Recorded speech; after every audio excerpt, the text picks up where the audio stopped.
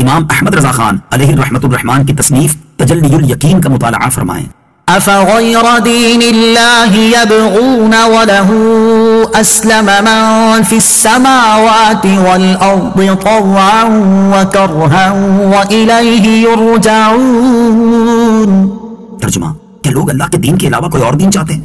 حالانکہ آسمانوں اور زمین میں جو کوئی بھی ہے وہ سب خوشی سے یا مجبوری سے اسی کی بارگاہ میں گردن جھکائے ہوئے ہیں اور سب کو اسی کی طرف لوٹایا جائے گا۔ افغیر دین اللہ یبغون، کیا اللہ کے دین کے علاوہ دین چاہتے ہیں؟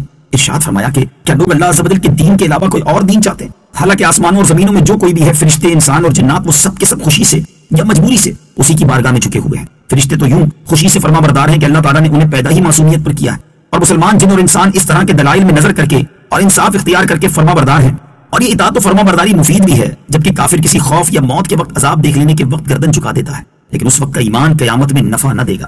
قل آمنا بالله وما أنزل علينا وما أنزل على إبراهيم وإسماعيل وإسحاق ويعقوب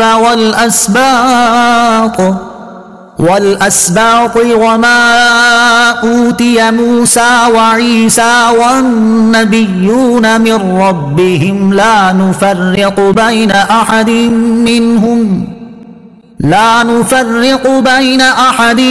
منهم ونحن له مسلمون۔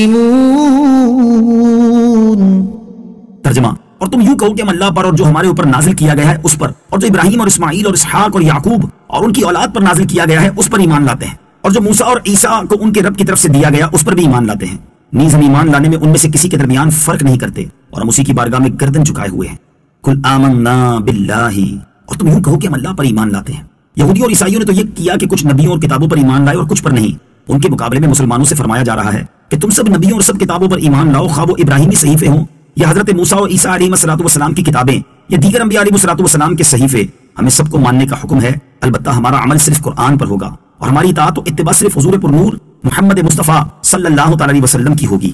ومن يبتغ غير الإسلام دينا فلن يقبل منه وهو في الآخرة من الخاسرين۔ ترجمہ، اور جو کوئی اسلام کے علاوہ کوئی اور دین چاہے گا تو وہ اس سے ہرگز قبول نہ کیا جائے گا، اور وہ آخرت میں نقصان اٹھانے والوں میں سے ہوگا۔ ومن يبتغ غير الإسلام دينا، اور جو کوئی اسلام کے علاوہ کوئی اور دین چاہے گا۔ اللہ تعالیٰ نے واضح طور پر قرآن پاک میں کئی جگہ فرما دیا کہ اللہ عز و جل کے نزدیک پسندیدہ دین صرف اسلام ہے، اور اسلام کے علاوہ کوئی دین اللہ تعالیٰ کی بارگاہ میں اس زمانے میں معتبر نہیں۔ اسلام کے علاوہ کوئی کسی دین کی اخلاقی باتوں پر جتنا چاہے عمل کر لے، جب تک مکمل طور پر بطور عقیدہ اسلام کو اختیار نہیں کرے گا اس کا کوئی عمل بارگاہ الہی میں مقبول نہیں۔ اور اب اسلام سے مراد وہ دین ہے جسے حضرت محمد مصطفیٰ صلی اللہ تعالی علیہ وسلم لے کر آئے۔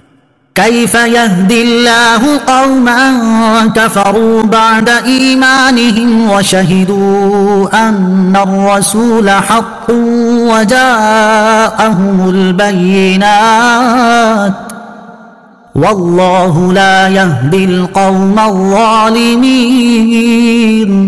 ترجمہ، اللہ ایسی قوم کو کیسے ہدایت دے گا جنہوں نے ایمان کے بعد کفر کو اختیار کیا، اور وہ اس بات کی گواہی دے چکے تھے کہ یہ رسول سچا ہے، اور ان لوگوں کے پاس روشن نشانیاں بھی آ چکی تھیں، اور اللہ ظالموں کو ہدایت نہیں دیتا۔ کیف یہدی اللہ قوما کفروا بعد ایمانہم، اللہ ایسی قوم کو کیسے ہدایت دے گا جنہوں نے ایمان کے بعد کفر کو اختیار کیا۔ حضرت عبداللہ بن عباس رضی اللہ تعالیٰ عنہما نے فرمایا کہ یہ آیت ان یہودی اور عیسائی علماء کے متعلق نازل ہوئی جو نبی آخر الزمان صلی اللہ تعالی علیہ وآلہ وسلم کی تشریف آوری سے پہلے لوگوں کو خوشخبریاں دیتے تھے۔